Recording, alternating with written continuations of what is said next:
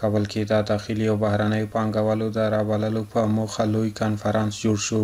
صنعت او سوداګرۍ وزارت بهرنیو او کورنیو پانګوالو ته بلنه ورکړه چې افغانستان ته دې راشي او دلته دې پانګونه وکړي. مسؤلینو وویل اوسمهال په افغانستان کې هر ډول پانګونې ته ښه زمینه برابره شوې ده.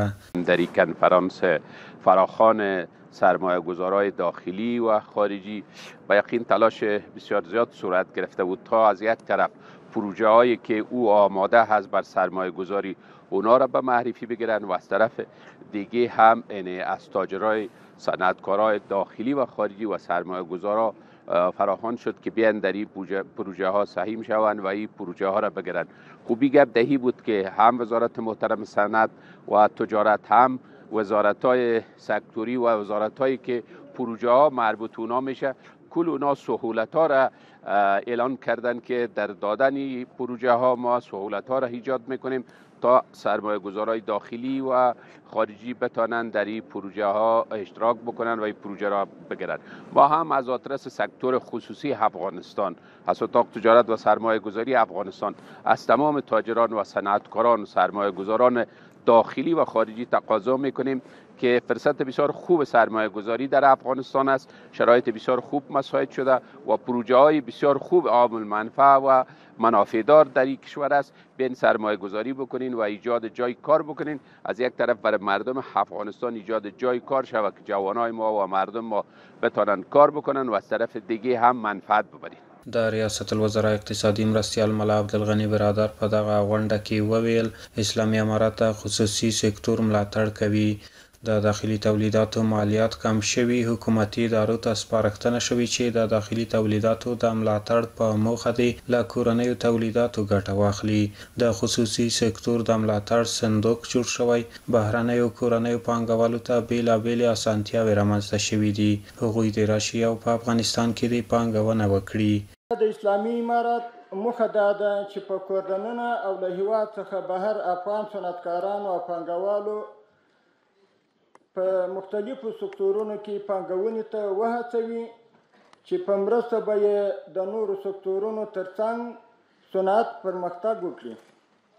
هېوادوالو ته په کاري زمینه برابره او د کورني تولید کچه به زیاته شي.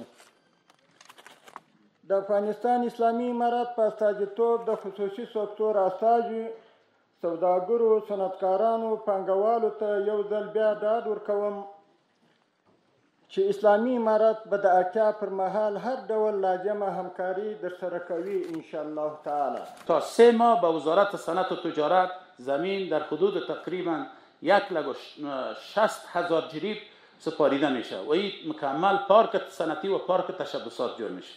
په دغه مراسمو کې د نړیوالو سازمانونو استازو د بیلابیلو هیوادونو سوداګرو پانګوالو او یو شمېر ډیپلوماټانو ګډون کړی و چې په افغانستان کې په بیلابیلو سکتورونو کې د پانګونې او ملاتړ ژمنې وکړې.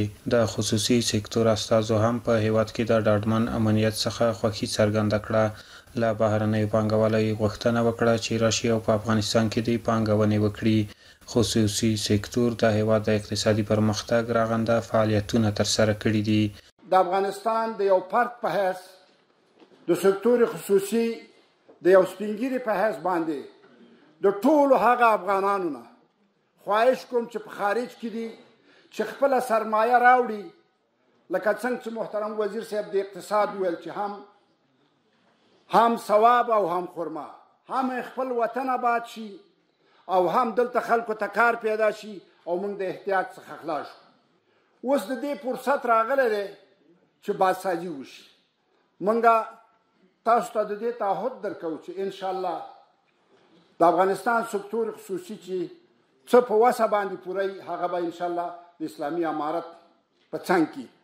د اوبو او انرژي وزارت سرپرست ملا عبداللطیف منصور هم د اوبو او برېښنا په برخه کې د پراخو منابعو د شتون یادونه وکړه او له کورنیو او بهرنیو پانګوالو یې وغوښتل چې په افغانستان کې د لویو کوچنیو بندونو په جوړولو کې پانګونې وکړي. دوی به ورته هر ډول اسانتیاوې برابرې کړي.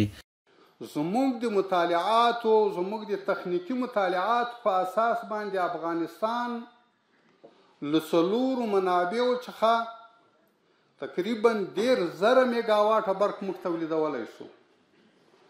مثلا که موږ د اوبو نه، موږ د سکرو نه، موږ د ګاز نه او موږ د باد نه استفاده وکړو، هغه سروي او مطالعات چې سوي دي نو 10,000 میګاواټه برق به افغانستان تولید کړي.